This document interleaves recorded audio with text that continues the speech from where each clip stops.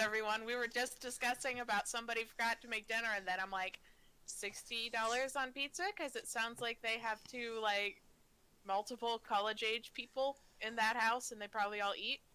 Well, I hope all the people in that house eat, to be honest with you. But we are live, my friends. Welcome back to the Krieg Dominion. I am, of course, Omar Krieg, your somewhat eclectic and very easily distracted game master, host, lord, and commander of the Krieg Dominion.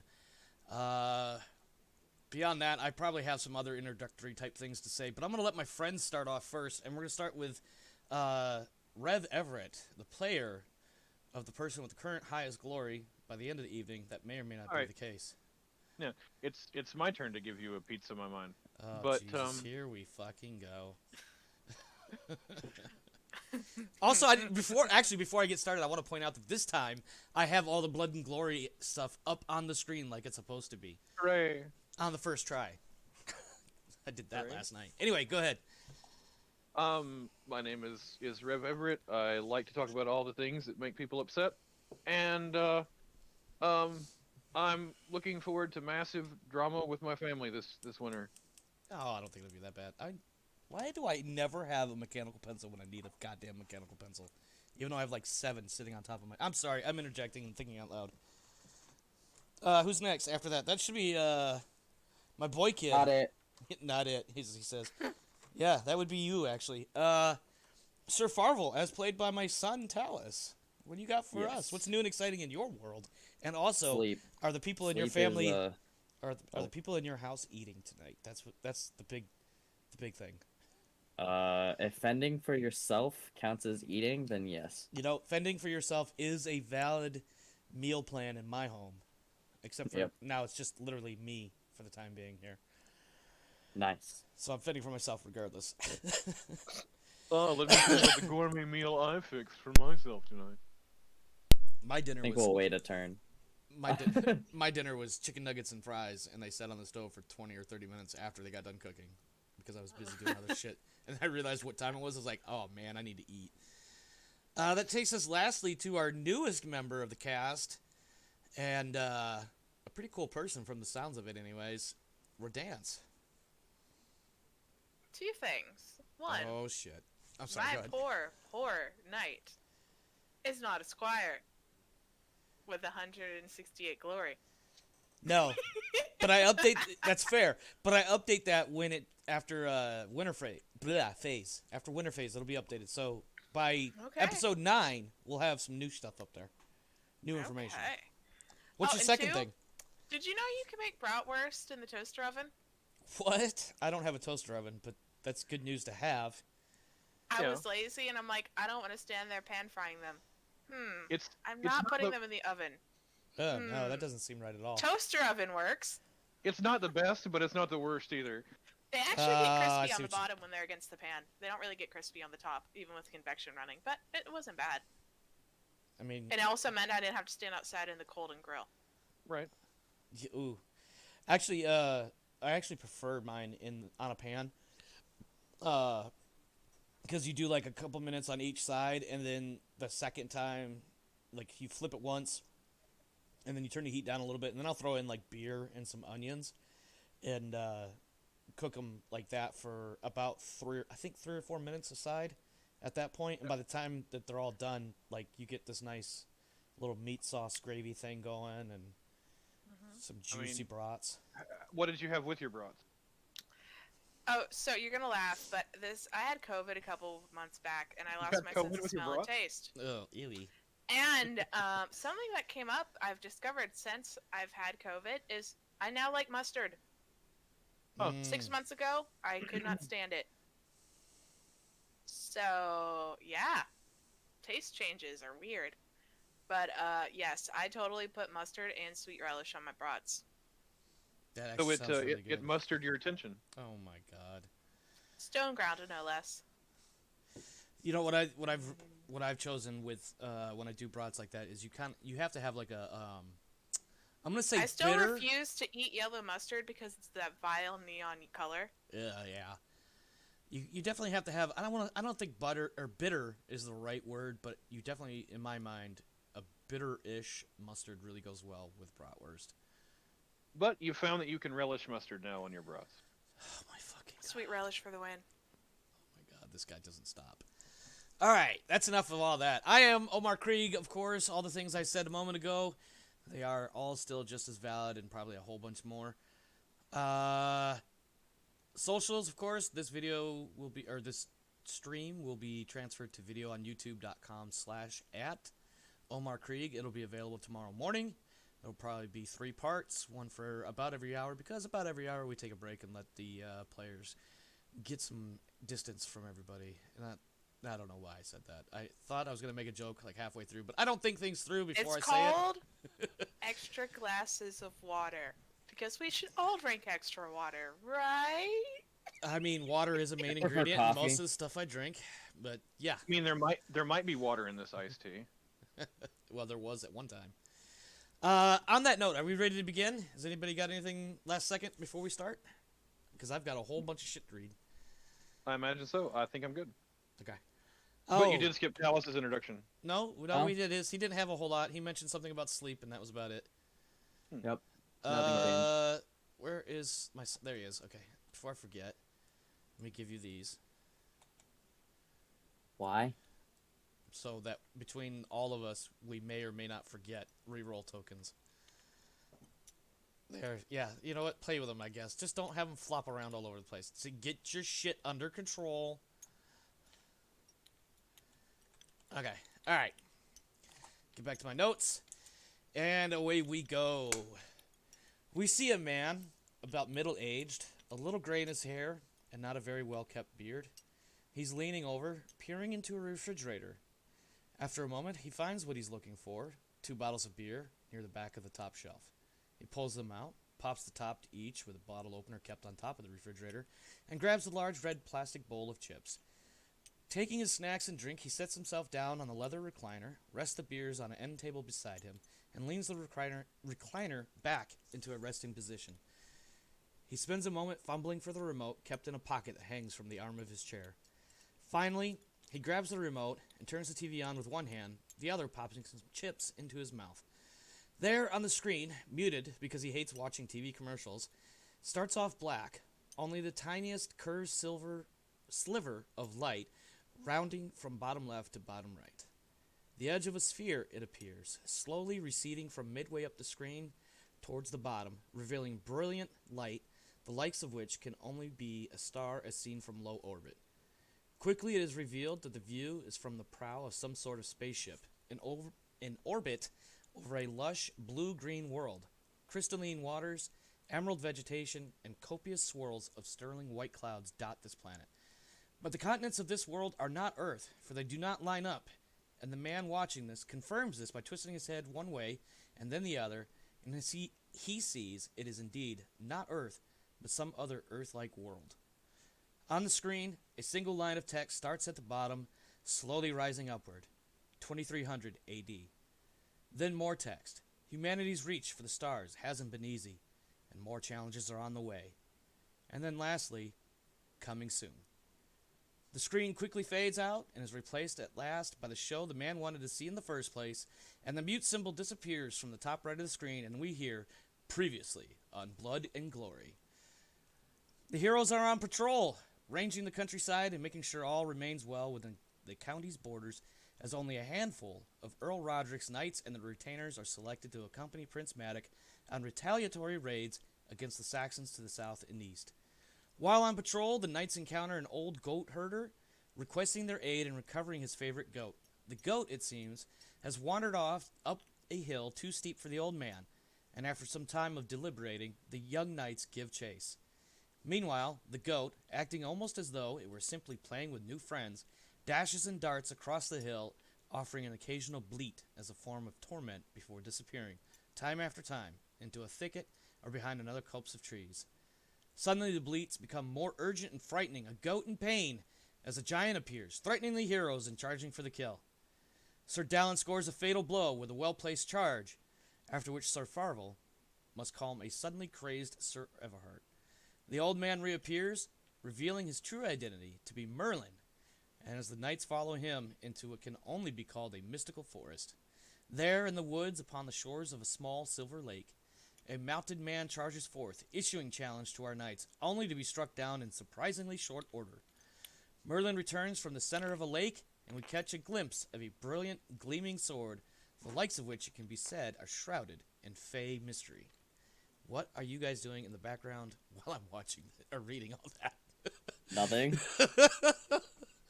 Yes! Absolutely nothing. And no, I we didn't did toss not. coins down the dice shuffler or anything. Yeah. And no, we did not just plug Traveler 2300 AD, which is indeed coming soon. We definitely did not Course. plug that. For a second, I thought you were on like a mind flip. It was like, surprise! You thought you were playing Spin Dragon. Oh, I had that thought earlier today, and I don't know how well it's going to be received. I hope you guys enjoyed that little twist there. We broke a few walls, specifically the fourth ones. I stopped making popcorn to make sure I wasn't missing some important plot point. You son of a gun.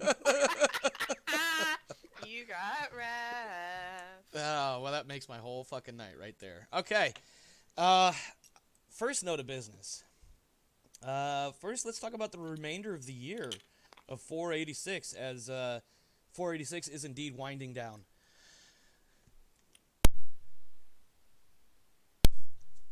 So basically, word eventually comes around over the course of the rest of the year. In the east, the Saxons are enslaving as many Britons as they can, killing anyone who tries to get away. The British army goes ready for skirmishing all summer, yet there are more Saxons than Britons, and when Duke Lucius comes out with his army, the enemy quickly gathers and battle is met.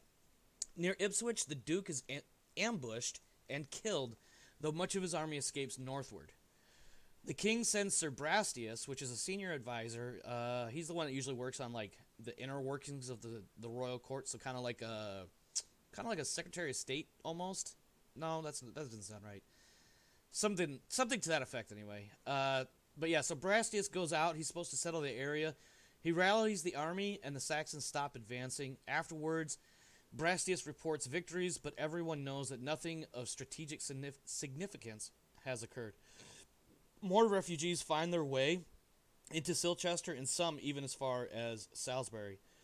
But yeah, basically a lot of Maddox people and Sir Brastius, they've gone out essentially looking for the Saxons, but they can never quite catch enough of them at one time to make any real good use of the summer. Just totally got distracted by what appears to be a riddle that was texted to me. Sorry. Around the time of the harvest feast, it is known that King Uther is again unhappy. He keeps checking to see if weapon production is ongoing, and many merchants and minstrels, which are also spies from other courts, visit with him. Many of them are from the continent. In Salisbury, Earl Roderick is pessimistic about the defeat in Caercolone. I don't even know if I'm saying that right. But realistic about the relatively light losses suffered by his men, and he spends a lot of time making discussions, events, plans, and things of that nature. I want to show you real fast on the board, just so you got. Now, when I flip this, hopefully your dudes stay right where they are.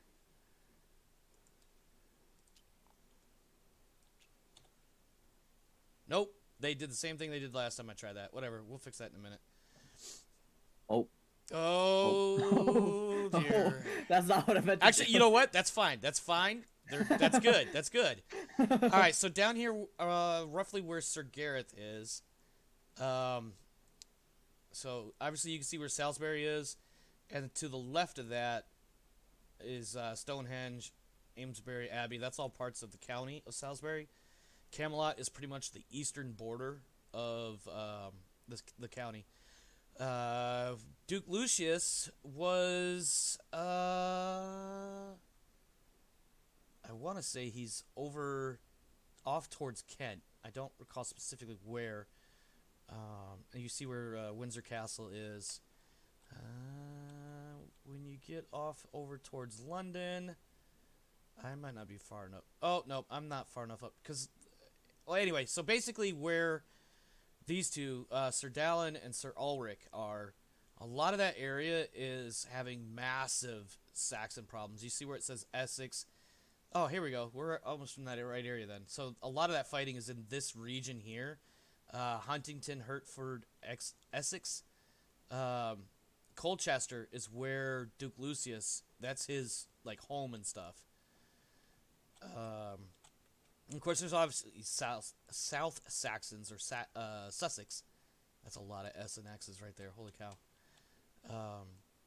And for my 2 more veteran knights, if you guys recall, our first feast, there was that one duke that was like, no, I'm not going to muster. I'm not going to feast. You can go fuck yourselves. I'm going to do what I want. Well, hello there. Speaking of Sir Ulrich, the player of Sir Ulrich has joined us in Twitch chat. Anyway, Duke Gorlo or Gorwa, thank you for the biddies. His area is off over towards the west, towards Tintagel, what later becomes like Cornwall and probably some other places I can't think of. But anyway, so there's a quick rundown on that. I'm going to flip this around again. Hopefully the board doesn't get stupid. I locked it. I gotta unlock it. Unlock. Do that. Flip. Nope, our people got weird again. There we go. Alright, lock it back down before Rev does anything silly. There we go. Alright, I cool. would never. Yeah, okay. I would never. We believe you. I saw your text and it distracted me for a half a second, and I said, you know what? Nope, I'm not going to dive into that. I'll deal with that later. So our first thing that we got to deal with actually definitely pertains to Rev. Uh-oh. Sure. What did you do? What happened on my board? So I heard a lot. You guys need like fidget spinners or something, don't you? Yeah. I'm over here. I'm over here doing something else on a different screen. It's game related. It's just not. I'm not looking at the map right now. Okay. Actually, before we get into Everhart, let me put out a question for all 3 of you. Is there anything that you guys want to do in the time frame of, let's say, from about June or July up until September? We'll say, I believe we said something like June was when you guys went and chased the goat and fought a giant and then fought a horseman thing. Lime thingy, yeah. The Nukalavi. Yep. If you guys are not paying attention to chat, Sir Ulrich said hello to the 2 players that she knows. Oh, hello. Yes, Hello. and Sorry, Rodan. apparently Sir Ulrich's homestead is right next to mine. Yes, it is.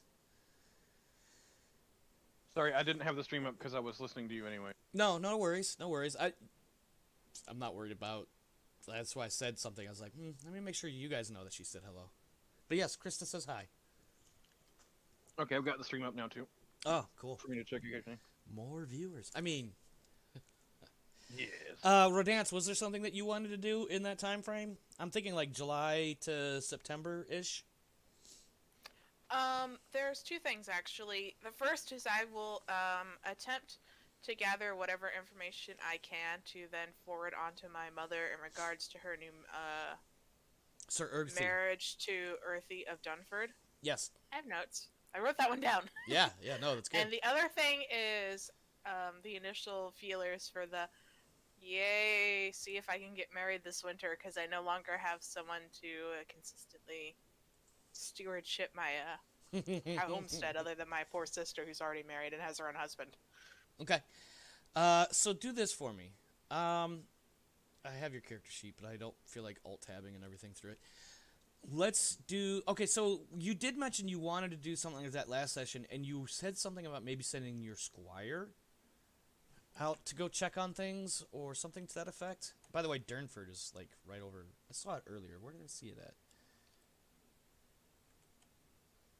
Durnford is the town that she's going to. I thought I saw it... North of Sarum, in red. I see it. I see the spot. Anyways, so yeah, you had wanted to send your squire. Did you still wish? I just would just send a, hey, how you doing, Mom? I am doing as you asked, looking for a wife letter, and have my squire hand deliver it to check on her. Because she went pretty quick. Yeah, well, sometimes things move like that in this world. Sometimes things are fast, and sometimes things are just like they take forever. So, you're sending a letter or are you taking a letter to her?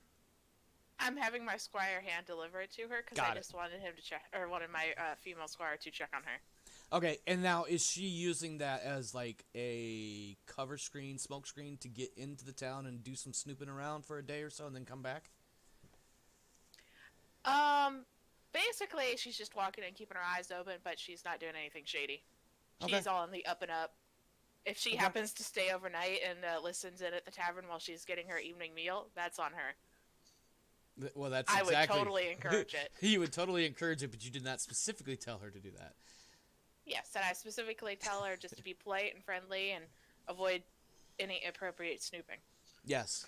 But listening to rumors is free game. Yeah, I mean, once, what they say, once the things are said, you can't unsay them. Mm-hmm. So, go ahead and give me a squire check, or squire test. Your squire is still 15. So, 1d20 against a 15, and let's see what kind of results we get. Okay, well, there's my d20. Oh. I only need one. You gotta click where the number 1 is right there. There should be a red button that pops up. There you go. And you succeeded. Yeah, I rolled a 1 on the die. Yeah, this is not D&D. This is not Solasta. 1 is a good thing. It's not a very good thing, but it's a good thing. Mm-hmm. And then if you hit the clear button, that should remove that die that popped up. Okay, good. That means the dice pads are currently doing what they're supposed to be doing. So what was your squire's name again? It was Aithne or something like that? I I don't have I have it written on my sheet. I don't have all the squire notes in front of me at the moment. Ethne of Broughton. There you go. Oh yeah. Okay.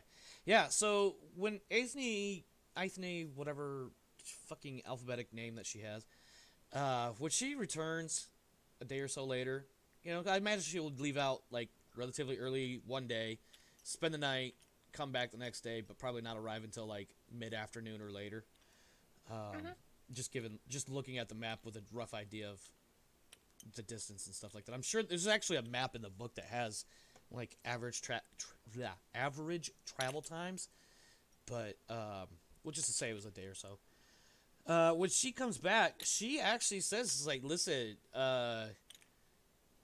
freaking Sir Erkthy is generous and gluttonous. So I'm giving you the specific terms I rolled up when I rolled up a random night to take his to get data for him. But basically, like, he had a good little. It wasn't necessarily a feast, but like there was plenty of food, and he ate far more than his share. But he also shared a lot of the food. So there was like, if you're feeding like 4 or 5 people, and this dude eats like 2 or 3 shares by himself, and wants to make sure everybody gets plenty, there's probably like 8 or 10 shares of, 8 or 10 shares of food brought out. You know what I mean? So there is plenty of food. She also does not admit to reading anything that was written in the letter to your mother. And your mother... It was a very just straight, hey, hope you're doing well in your new home. And per your advice, I am indeed looking for a wife during this winter social season.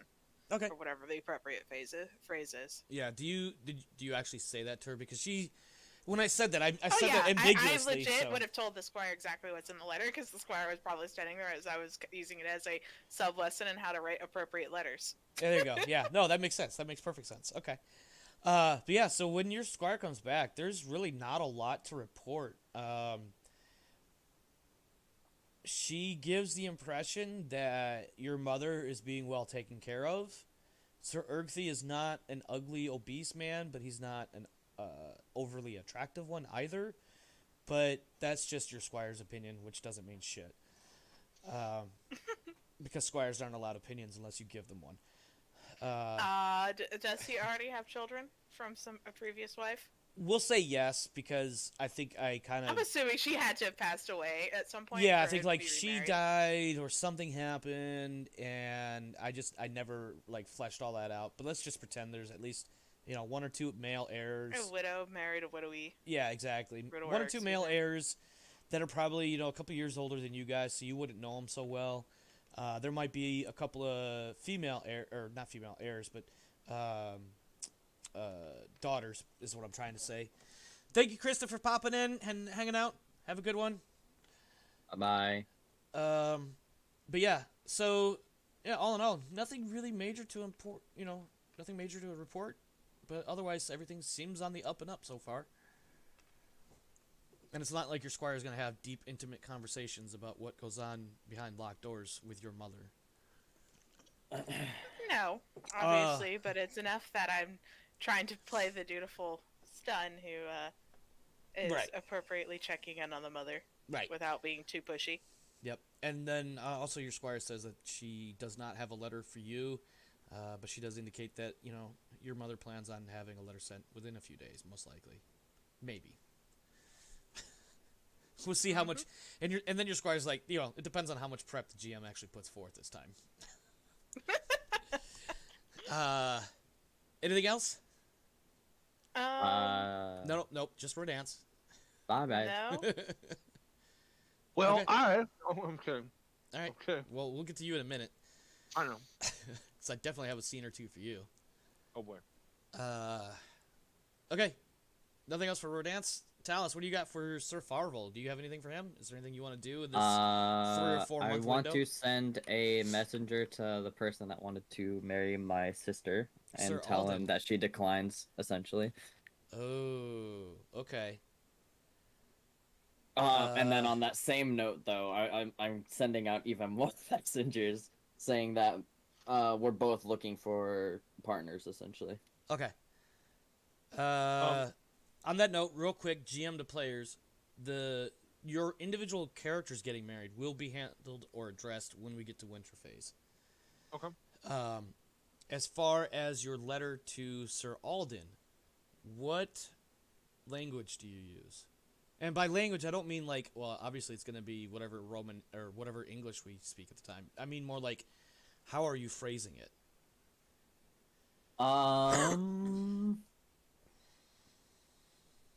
Is it just what he means by that? Is it like conciliatory? Is it nice? Is it rude? Is it just like dismissive? Is it even just straight with with compliments? My sister has elected to not get married at this time. We wish you the best of luck. Blah blah blah. Basic form letter bullshit that's very polite and cold. Or is it like, no, fuck not you, get out of here? necessarily it's not necessarily like the get out of here, but it would be more like a sorry, my sister's not taking wow, I don't know how to phrase this. Fuck. Fucked you up with like a dick. After further review, we find your lack of land. Nice way to work in a obscure, or not obscure, a tangentialized Star Wars reference.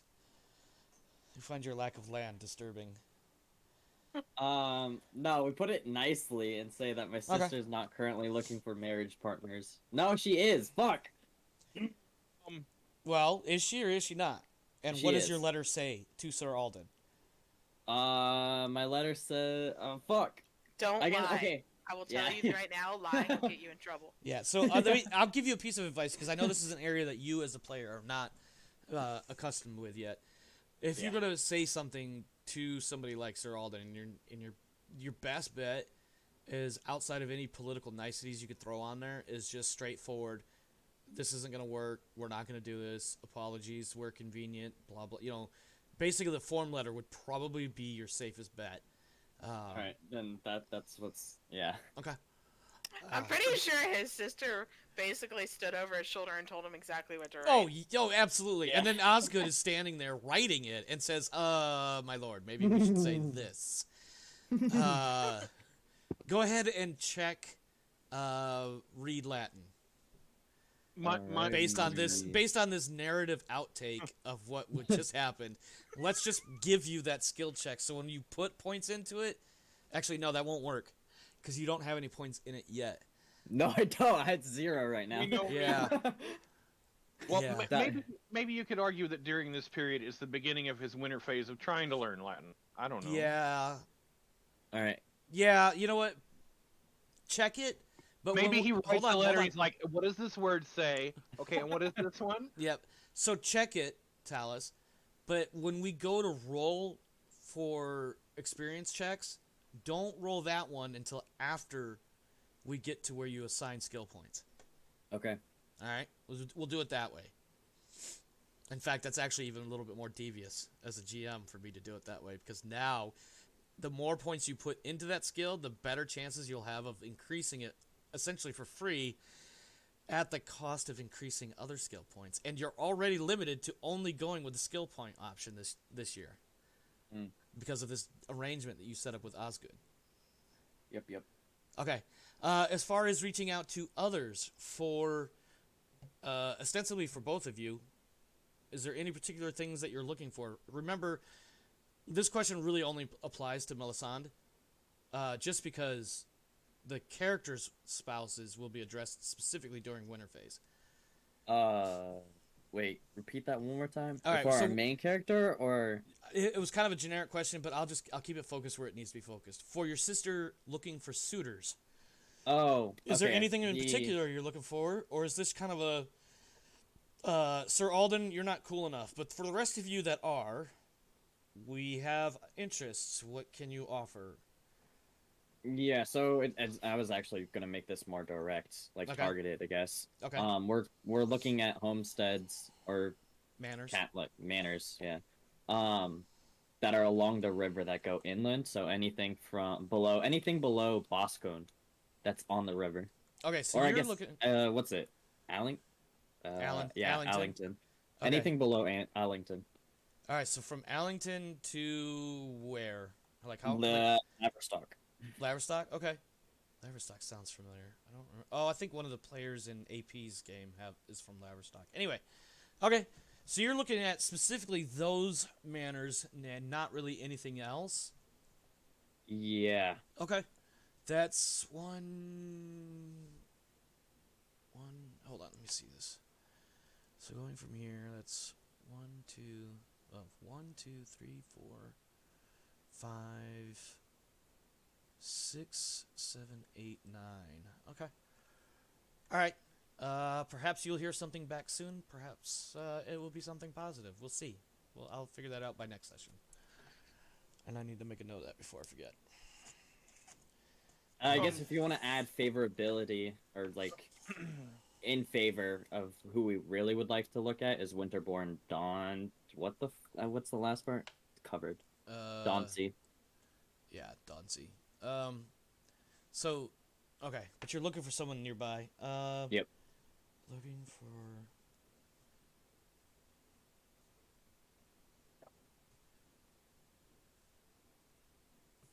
What'd you say? Allington to Laverstock. Okay. All right. I have made the note. It is therefore official that the letters have gone out, and perhaps sometime within the next year, i.e., next session, we'll hear something back. Sir Everhart. Totally butchered that name. Fair enough. I have a question for you. This is above board. Well, just to clarify while it's still sort of between our turns, Mm-hmm. are we still doing any sort of cross training this winter, with Farvel? Oh, this is between you two. My bad. Yeah. I am totally down on my side. Okay, and that's more just for narrative that we're like visiting each other's manners, Yep. not necessarily that we're doing specific skills together. Yep. I guess squires as well can be included this winter. All right, well, Rev, I, the GM, have a question for you, and I don't know if we brought this up before. I feel like we might have, but we have not touched on it recently. Sir Gareth, who is currently the only person actively pursuing the marriage to your sister, and has, in fact, taken your sister to his home, are you aware, or is, I would imagine Everhart is aware, that he is pagan?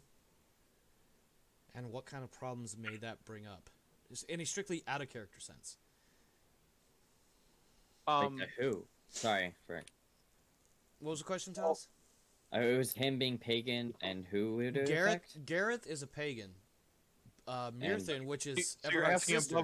You're asking above board if it would affect me as a player or my character. I'm just curious because I think we could definitely pursue some sort of conflict between the various people.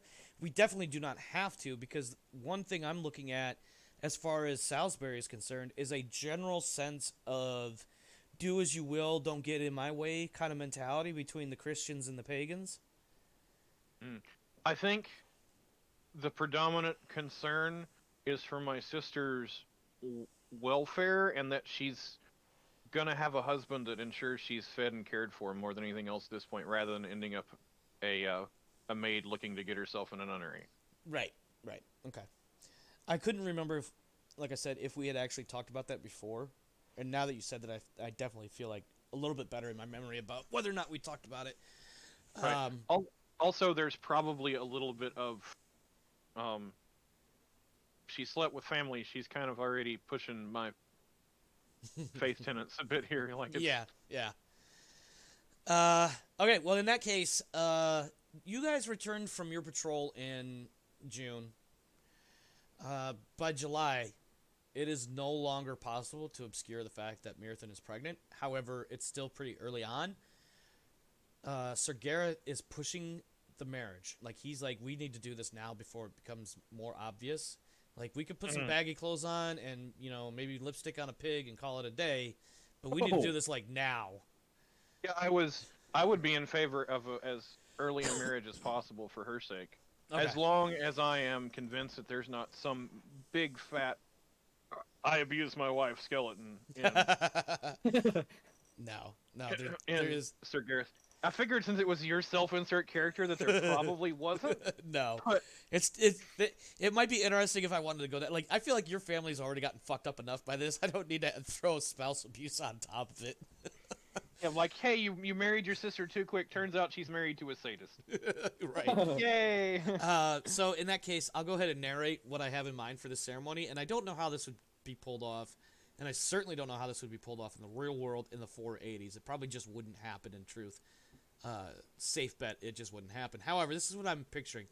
A lot of the lords and ladies of the county are brought in, or invited, I should say. Earl Roderick is there.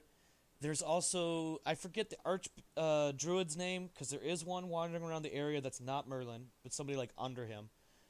But there's also the archbishop, whose name also escapes me because I didn't write it down where I could reference it real fast. But basically, the earl's bishop, and there's also the regional senior druid, whatever he might be. They're both there. In fact, they're both officiating the wedding. So what happens Don't is... forget me, I'm there. Yeah, obviously the characters can be there if they choose. Because I imagine Sir Everhart would have tried to put some sort of effort into, like, as far as hiding what is going on, he would make it obvious that there's a wedding, if that makes sense. Yeah. So obviously there's plenty of people to hear. Maybe this takes place I feel like this would take place in Sarum, because there is that was Castle Vagon that had the two oaks outside town, but there's definitely an area outside of the castle that, the pagans would use for their different ceremonies and that stuff. And despite the pagan side of it, the bishop is fine with doing a marriage, quote unquote, before God in front of everyone, which is just code for saying, yeah, we'll do it out in the open outside. When it comes time for the actual vows, the bishop does his part, like he says his lines, and your sister responds. And then when it's time for Gareth to do his part, one of his servants will come up and he'll take, basically the Gareth and Myrthen will have their hands like holding each other's hands, and a servant will come up and lay a strip of cloth over top of them and then kind of tie them off a little bit, not like a hard tie knot type deal, but just more symbolic. And then another servant will come out and place a cloak that has the ashen ram on the back of it across your sister's shoulders. And then the pagan, I almost said pagan priest, the druid will come out and he'll speak about the Lord and the Lady and the winds and the weather blessing you, nature's bounty, all the other appropriate things that a pagan druid would probably say. At which point the priest will come back up and he'll close it all with the traditional, and you may now kiss the bride. I don't know if they did that back then. There's probably some other things that happened back then that we're not going to talk about now. And then it's official. Your sister is now married to Sir Gareth. Sir Gareth now has a wife. Mirthan is under his protection as his spouse. And then we fast forward a little bit. It is now probably about September, October. I need you, Rev, to roll 1d6 for me. And I hope you've got a cool couple of names picked out already. Oh boy, I do not. I wasn't even sure, since there was going to be inbreeding, if you were going to hit me with something weird with birth. Well, tempting as it may be, I rolled that 20, which was indeed pregnant as pregnant could be, which means you just gave birth to a daughter. Or not you. Mirthan gives birth to a daughter. Sorry. It was a girl all along. What? Yep. This would be your niece. That makes her female, obviously. I need a name for her. Hold on. Allow me a moment. Mm-hmm. A little more advance notice on that would have been good. I wasn't sure that was happening this session. No, that's fine. I didn't think about, honestly, like, I prepped everything for today and the rest of the 487, and I just totally spaced I was thinking it. it would. I was thinking kid would be spring, but okay. Well, that would have made it a whole ass year. So I was like, ooh, I better do that tonight then. Okay, I thought it was in sort of the summer campaign when that happened. But anyway, all right. No worries. But yeah, I would have, just as a note, I don't think we would have had to hide too much, because basically as soon as she was getting sick and I saw that, it would have been, okay, spend a few weeks, maybe a month, make sure that you two are going to get along, and let's move this along. Right. Do you have a name? You know. Well, everybody knows the first baby only takes 6 or 7 months, and the other ones after that are 9. Or 10.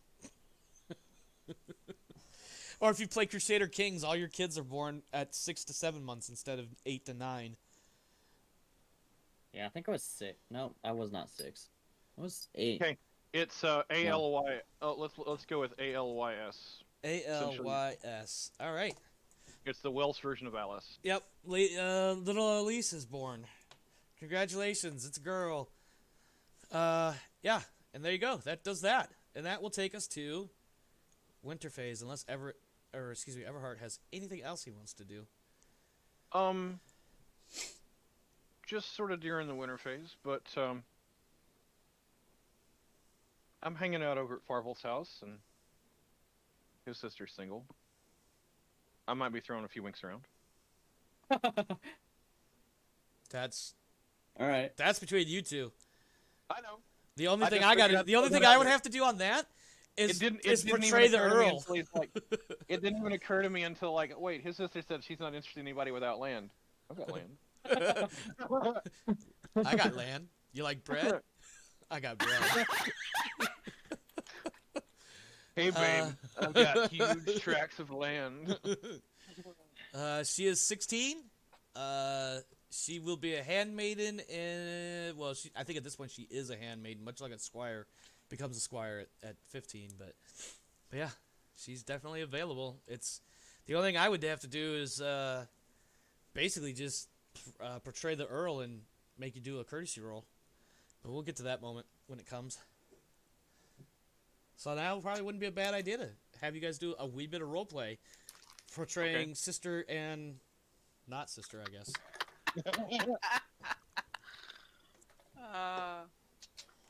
Wait, do I have to do anything? Yeah, you're playing your sister. Yes, you're playing your sister. So, okay, so just for the record. Wait a second. Well, no, hold on. Let me explain. So, hey, baby. these are. I don't even have winking my way. Well, okay. So let me explain. So if I'm playing a family member, it's because that family member of yours is interacting with you. If your family member is interacting basically with anybody else, they're going to be. You're going to play them. If it's gonna make Talus awkward. Yeah, you guys can summarize. You don't have to do like full-on roleplay. But that was definitely an opportunity for you guys to. I do not recommend playing with voices unless you are particularly bored. No, I took drama for 2 years. No, I'm kidding. Hi. Oh no, can I offer a narrative suggestion? Yeah, go ahead. Okay. Over the course of our training, you basically see a friendship of some kind developing between us as I'm basically hanging out, training, eating meals occasionally at your house. and you come to me and say, "What's up with that?" Well, that's fine with me. Yeah. And also, Talis, I will point out that geographically speaking, he's only probably about at most a day's ride away from you. At most. Oh, At yeah. That's probably like if it was snowing and you had to go uphill both there and on the way back. Oh, I didn't realize Everhart was so close. My Yeah. bad. I was looking in the wrong direction. Did you guys notice that your dismounted characters have weapons relating to the ones that you would prefer? I did notice that, but I wasn't Yeah. gonna. I wasn't gonna make you feel good about it. Also, where's my axe? He's got an axe. Your Yeah, he has an dismounted dude axe. has an axe. I And know. it's I was red. pre- I forgot to make Yeah. his blue though. Some reason it's Who, mine? purple. Yeah, your axe was supposed to be blue. No, that was right. It's purple. Never mind. It's purple. Yeah. Yeah, never mind. I'm shutting up. You guys, go ahead. Do your wheels and deals for your sister, and then when you guys finish that, we'll take a quick break, and then we'll dive into Winterface proper. But go ahead. Do your wheeling and dealing. So Go ahead. I'm not really sure, like, necessarily historically what all the wheeling and dealing was. And so when he says, "What's up with that?" I'm like, well, Women typically came with a dowry because you had to pay I'm someone to take I'm care aware. of her. I'm aware of that. Well, actually, women came with a dowry as a form of security to like show that you could afford her. Mm-hmm. And if you ever mistreated her, she could take the dowry and run, supposedly.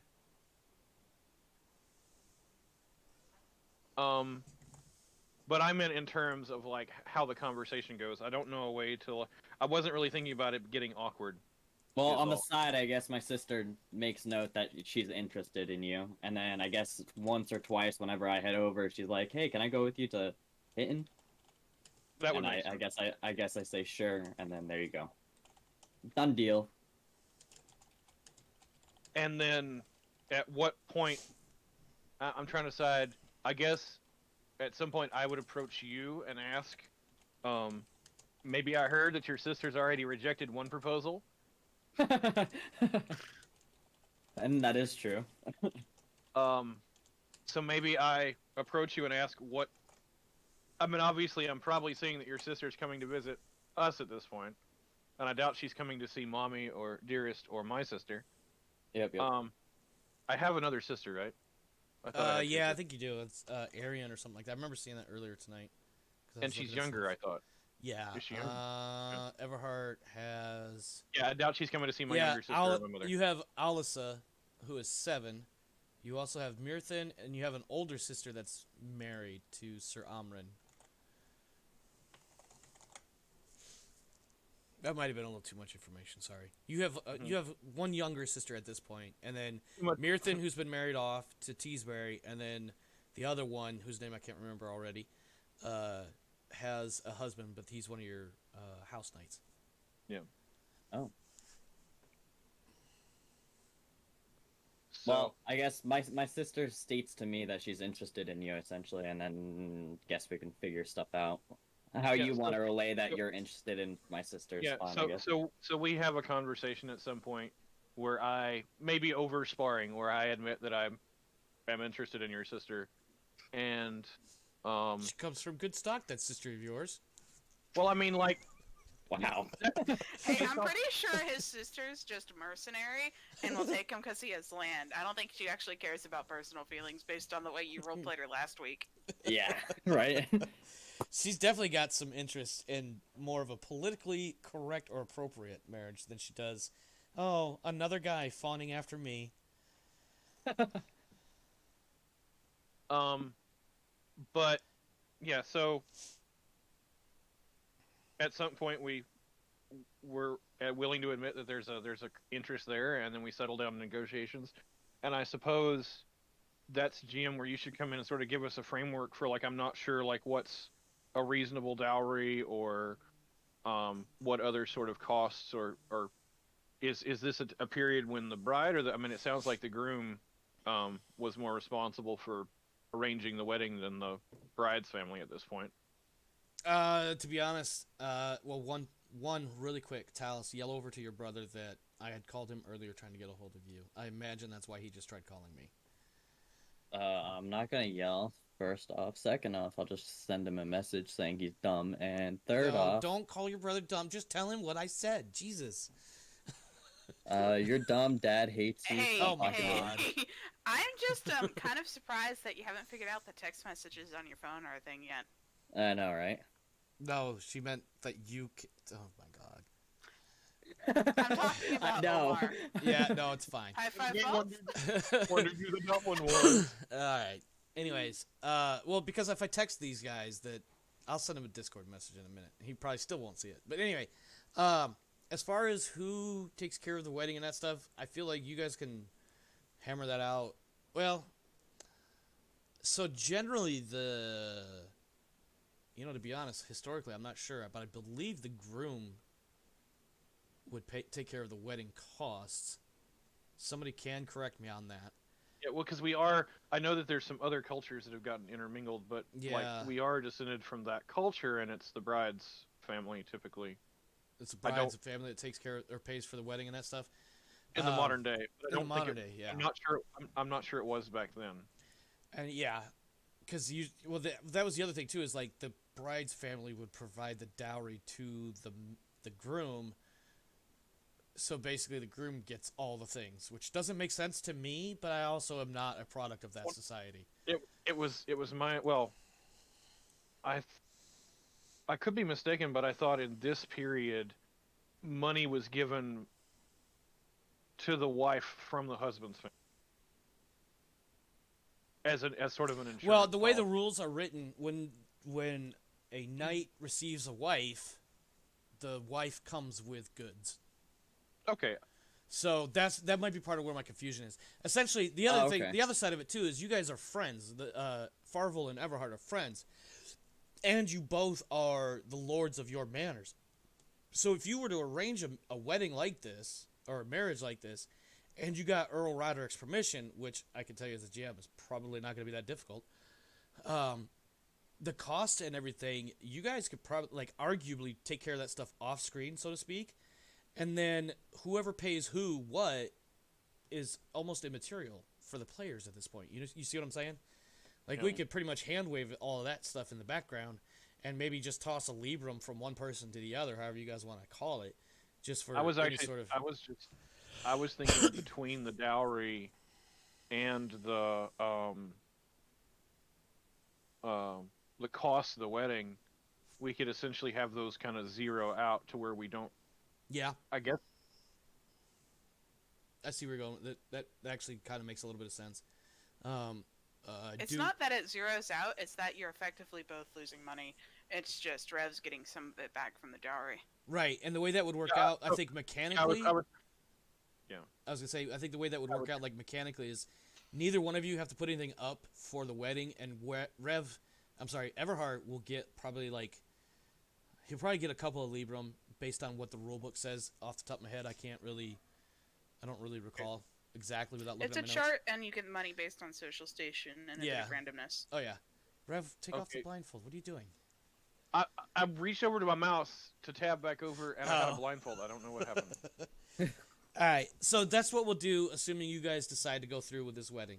It was a blind wedding. What can I say? Oh my God, I'm gonna ask this, and you could perceive this question in the form of, "Is that your final answer?"